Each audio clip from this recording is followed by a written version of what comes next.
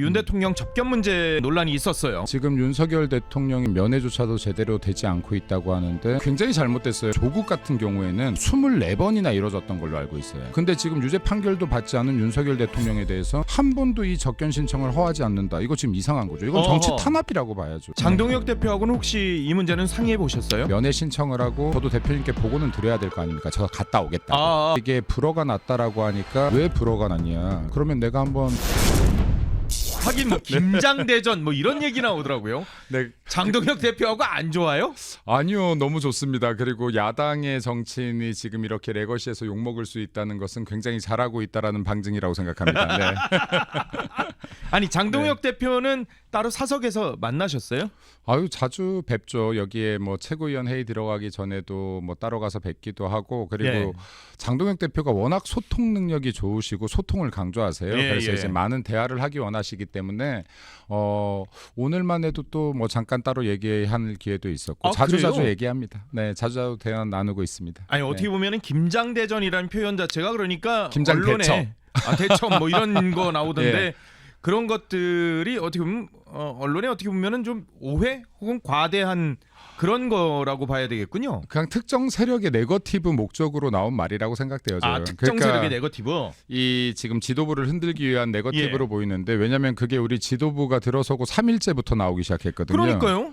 3일 만에 지금 최고위원이 당대표를 대상으로 대첩을 일으킨다가 말이 되나요? 아니 뭐 이문정도 아니고. 그러니까요. 뭐 그래도 한 30일이라도 흘렀다 그러면 모르겠지만 그렇죠. 3일 만에.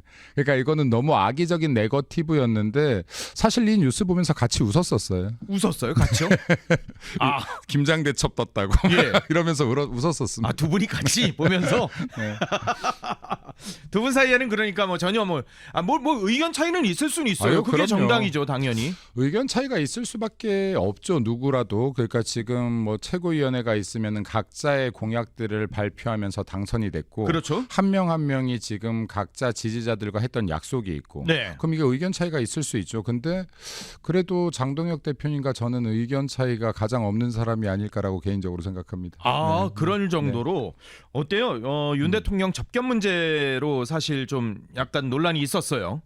왜 논란인지 모르겠어요. 그러니까 저는 개인적으로 왜 논란인지 모르겠는데 윤석열 대통령이 아니라고 하더라도, 예를 들어서 뭐 이게 그럴 리는 없겠지만 여기 앵커님께서 저랑 이렇게 방송을 이제 2번째 하는데 앵커님이 그런 일이 생기면 전 면회를 갈 것이고, 간다는 거죠. 제가 그런 일이 생겨도 아마 면회를 당연히요. 오실 그런 따뜻한 마음을 가지신 것 같고, 그러면 이게 지금 윤석열 대통령이 지금 전직 대통령으로서 지금 안에서 인권유린의 현장에 있는데 이게 지금 면회조차도 제대로 되지 않고 있다고 하는데, 이것을 지금 사람 대 사람으로 면회 가는 것이 왜 비판받아야 되고 이게 왜 논쟁이 돼야 될 일이냐.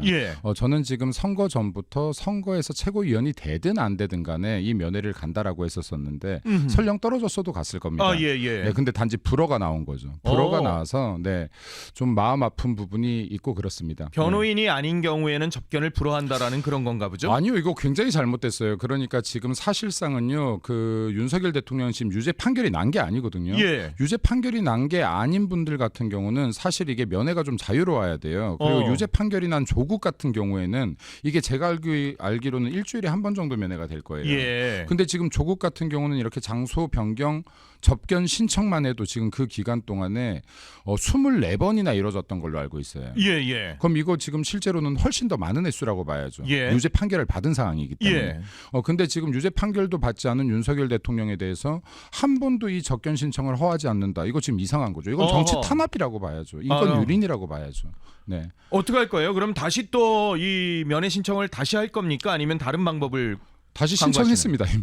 다시 신청하셨어요? 네, 이미 다시 신청한 상태이고요.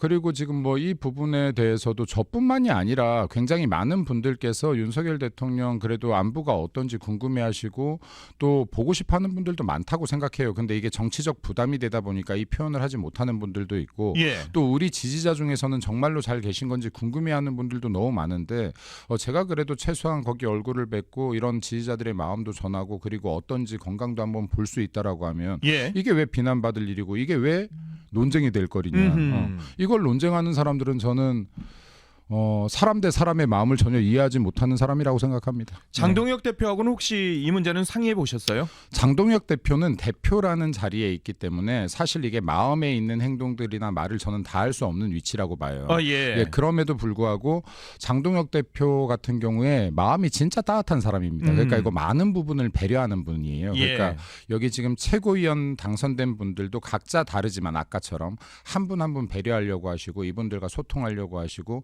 굉장히 연설과는 정반대되게 되게 마음이 따뜻한 사람입니다. 마음이 진짜로 따뜻한 사람입니다. 그러니까 저 같은 경우는 그래도 대표님보다는 부담이 좀 적잖아요. 그러니까 면회 신청을 하고 이 면회 허가가 원래 불허가 월요일 날 나오기로 했었는데 그래도 저도 대표님께 보고는 드려야 될 거 아닙니까? 저 갔다 오겠다고. 그러니까 월요일 날 이 불허가 나오는데 저 다녀오겠습니다라고 했더니 아유 그래 그거 불허 허가 나오면 좀 알려줘요라고 이제 관심도 보이셨고 또 이제 이게 불허가 났다라고 하니까 왜 불허가 났냐 그러니까 조국이나 지금 민주당 정치인들은 다 됐던 거거든요. 수십 차례 됐던 거예요. 근데 왜 윤석열 대통령만 불허가 나는가? 그러니까 이런 부분들도 그러면 내가 한번 좀 알아봐야겠다. 왜 불허가 났는지. 그러니까 이게 마음은 계속 쓰고 계신 거예요. 그러니까 마음은 쓰고 계시다. 그러니까 이게 마음이 실제로 뭐 대통령도 걱정하고 있고 마음이 따뜻한 사람이다. 그래서 뭐 제가 볼 때는 그냥 이건 개인적인 느낌입니다만 어쩌면은 이게 진짜 허가 나온다라고 했으면 같이 가셨을 수도 있겠다. 제가 같이 가시겠습니까? 라고 했으면은 같이 가셨을 수도 있겠다는 생각이 들어요. 마음이 되게 따뜻하세요. 그냥 사람 같아요. 사람 같아요. 그러니까 근데 이게 비단 장동혁 대표나 제가 아니라고 하더라도 저는 이런 분들이 굉장히 많을 거라고 생각해요. 근데 이거를 너무 정치적으로만 해석하고 눈치를 보니까 행동하지 못할 뿐이다라고 생각합니다.